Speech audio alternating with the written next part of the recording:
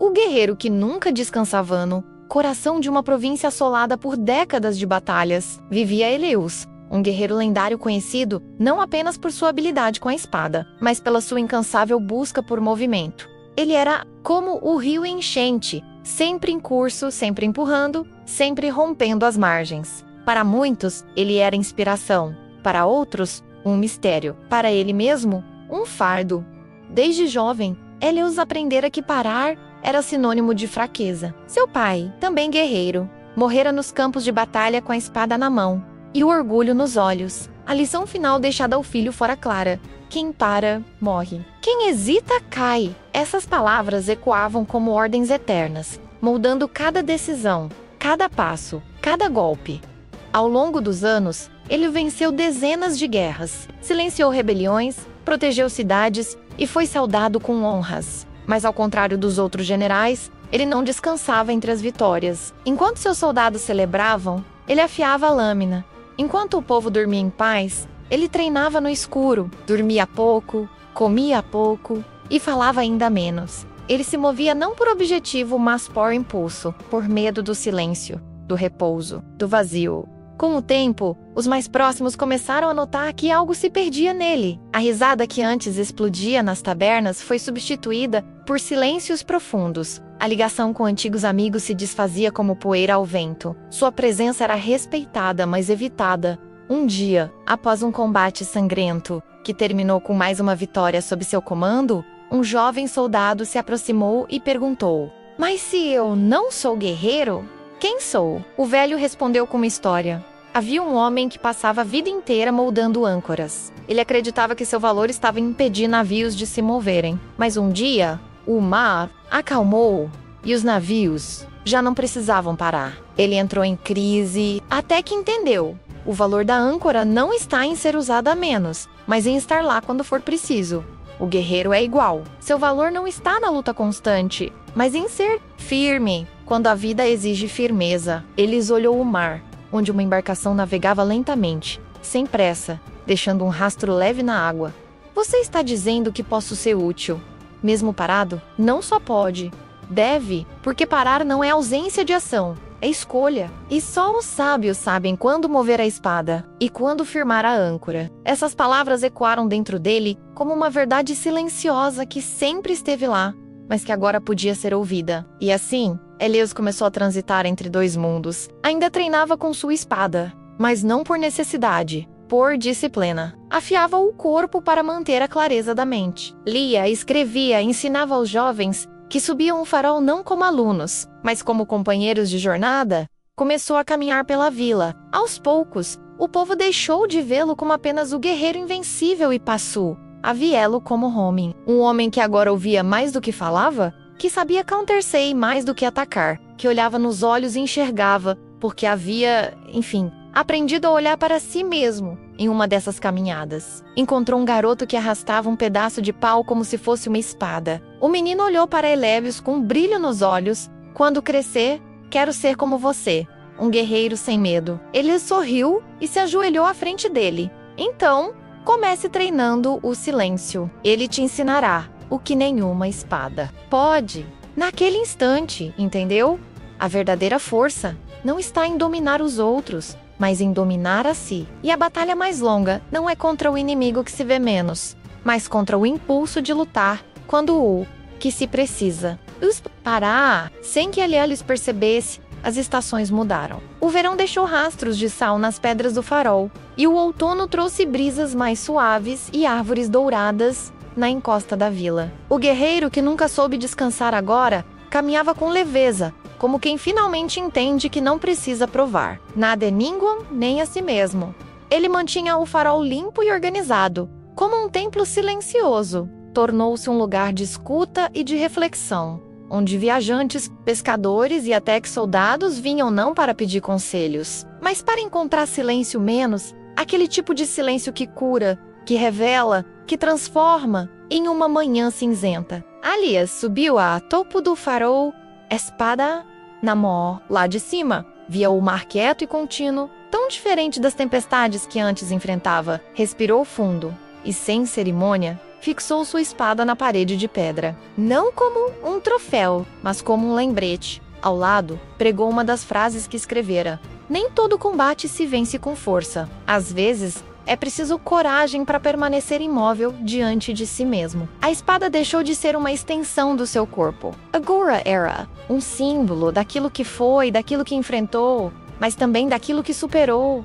Ele não a abandonou por fraqueza, a deixou ali por sabedoria. Sabia que, se algum dia fosse necessária, ainda estaria ao alcance.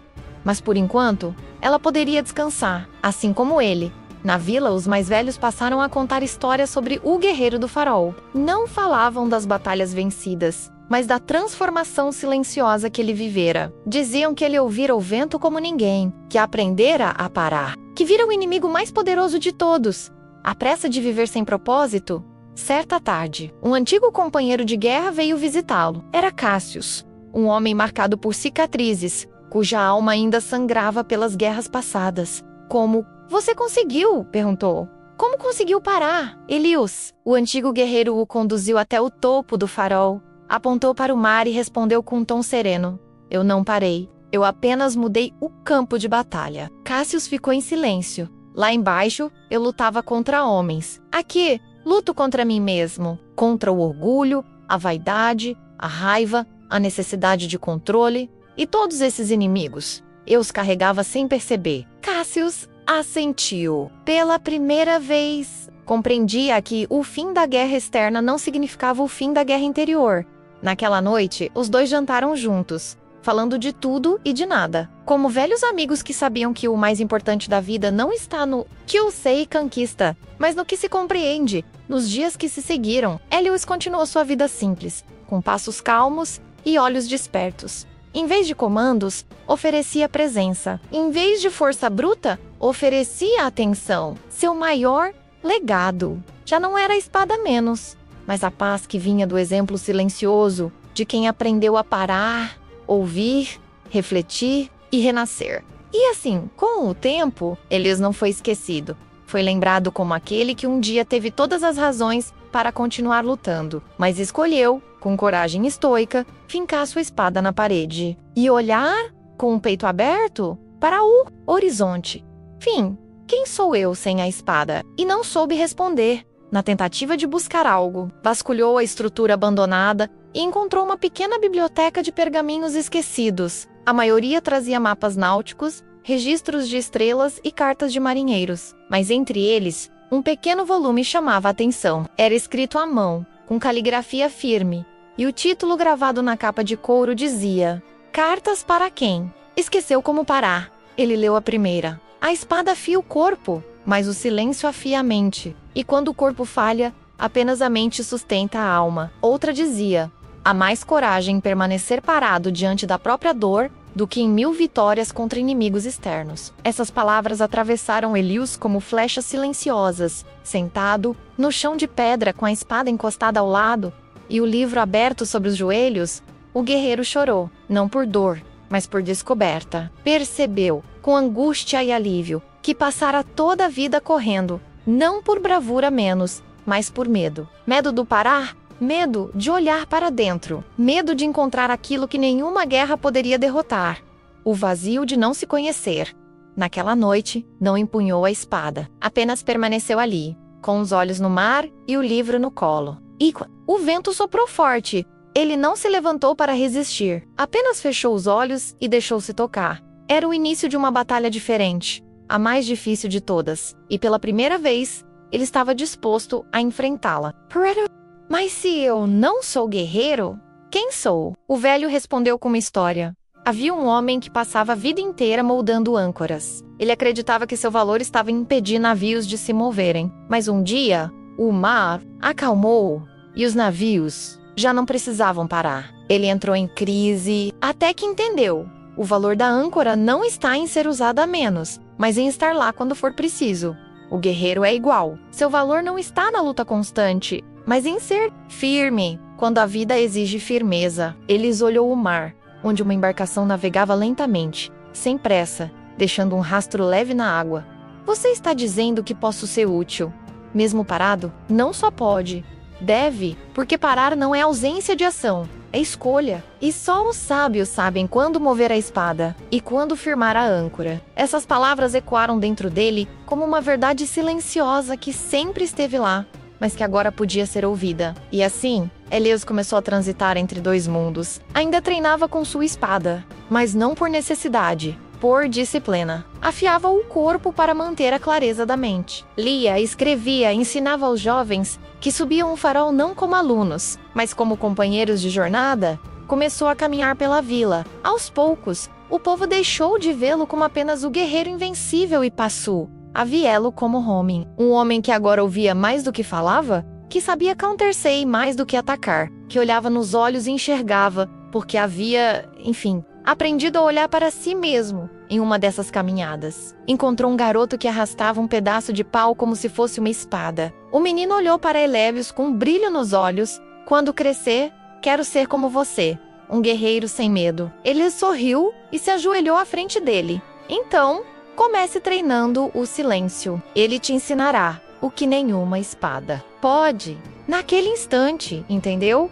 A verdadeira força não está em dominar os outros, mas em dominar a si. E a batalha mais longa não é contra o inimigo que se vê menos, mas contra o impulso de lutar quando o que se precisa.